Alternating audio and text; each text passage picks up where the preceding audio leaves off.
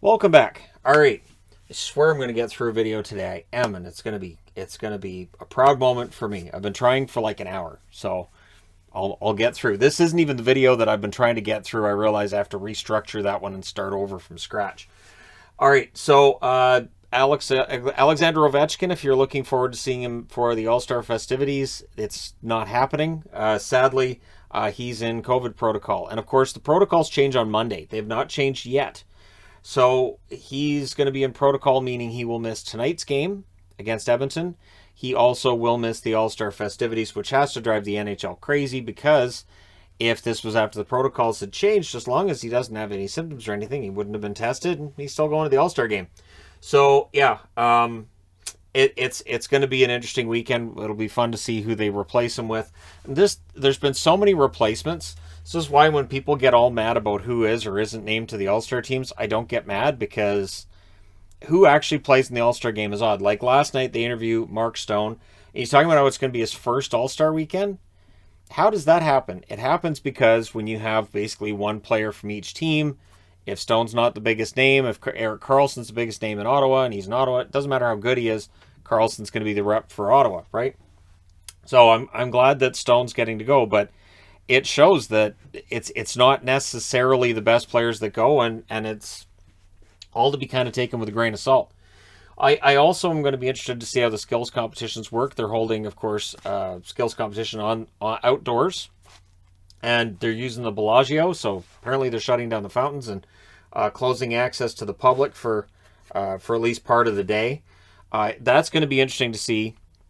So I'm gonna see if they have some fun with that. I've often thought that the NHL needs to kind of rethink things on the fly when it comes to skills competitions and whatnot, and not necessarily trying to shoot a puck from halfway up in the building. That was weird. So we're not going to do that. I hope that one's not back. Is that one back? I hope not. Anyways, the skills competitions, I've always thought, just personally, because I've seen like the Canucks have a skills competition and, they have like raise money for charity and whatever else, and people come in and watch. I've always thought that if every team had their own skills competition, you could hold this during a practice or instead of a practice or whatever you want to do. And the individual winners from each team, you could have hardest shot, you could have fastest skater and all this. Why not give? Let's just say that Tyler Myers blasts the puck at 104 miles an hour at a competition in Vancouver. Send him to the All-Star weekend then. Send him to the skills competition. Have guys have like this big deal made of it where you are the hardest shot in the NHL, you are the fastest skater in the NHL, and you might end up with some names that are surprising. You might end up with somebody being fastest skater who wouldn't have been at the All-Star game. Maybe he isn't a star player, but he's a really, really good skater. He's a really good player when it comes to shooting the puck. He's got a hard, accurate shot. I've always thought that's the way that they should go. I don't think it'll ever happen. I just thought I'd throw it into this video just for fun and see if anybody else has similar feedback. Because we talk about how not every team should have a representative at the game. I think in the All-Star game itself, that's true. The All-Star game should be made up of the biggest stars in the game, guys who are having great seasons. The skills competition should be exactly that. It shouldn't necessarily be the guys at All-Star weekend.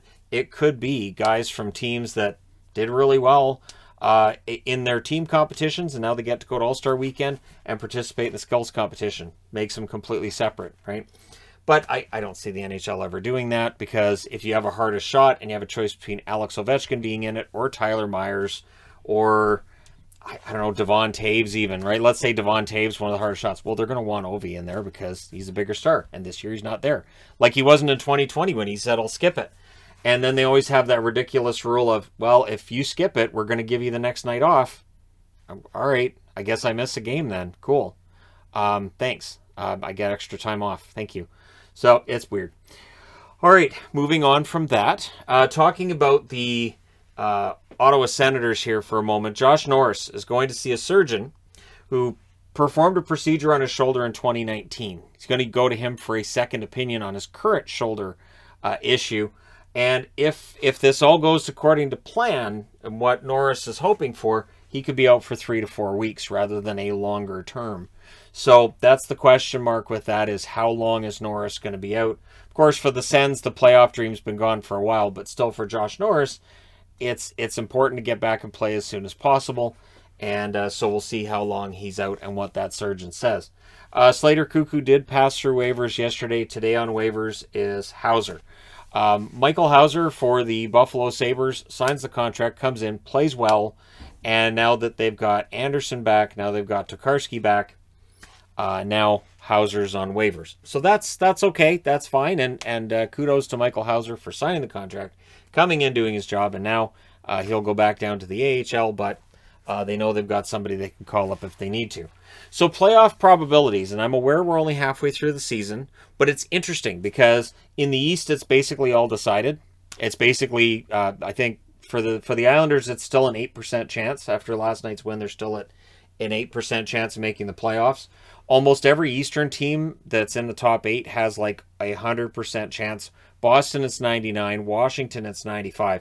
And again, these are numbers through The Athletic, where they update, playoff probabilities. When you look at the Pacific, it's interesting. So 97% chance for Vegas, 92% chance for the Oilers, 78% chance for Calgary. So it's interesting because these are not the number 2 and 3 teams in the division. It's a 44% chance for LA, 33% chance for the Anaheim Ducks, 9% chance for Vancouver. They're not helping themselves with their recent slide. 8% chance for San Jose, and Seattle sits at a tidy 0% chance of making the playoffs. And in the Central, things are pretty settled out. Dallas, 42% for them, and 10% chance for Winnipeg. So I'm sure there are general managers aware of this. I am sure that there are players that check these charts every now and then because it's kind of fun. But it is interesting to see how these percentages are. And LA and Dallas and Winnipeg, these teams are all likely going to be going for the same spot. So it will be interesting to see who wins it. Let me know what you guys think in the comment section below. 92% for the Oilers seems high, but again, they have formulas they use for this. I trust them. And let me know your thoughts in the comment section below, because again, in the East, it's all basically settled. In the West, Colorado, 100% chance. Nashville's close to that. Minnesota's close to that. I think Minnesota's 100% chance. St. Louis, Nashville, really, really close to 100. And so, yeah, these teams will all be fighting it out for that last spot between LA, Anaheim, and Dallas, according to the projections at this point. But Calgary at 78% isn't a lock, but 78% looks better than 44. But let me know your thoughts in the comment section below. How do you feel about the playoff projections and whether or not certain teams are maybe favored by the formulas that shouldn't be because it doesn't take into account other things like winning streaks, losing streaks, and just whether or not a team historically has bad second halves. So let me know your thoughts in the comment section below. As always, it's going to be a nice casual few days. There's the games tonight, and then we don't have NHL games again until Monday, and then there's only 2 on Monday, so it's going to be kind of a quiet week. I'm looking forward to that. But let me know your thoughts. Hit like and subscribe if you're browsing your way through. You just happened upon this video. Thank you guys so much for watching, for all your support. Hey, I finished the video. There you go. Thank you guys for everything. I will talk to you again soon.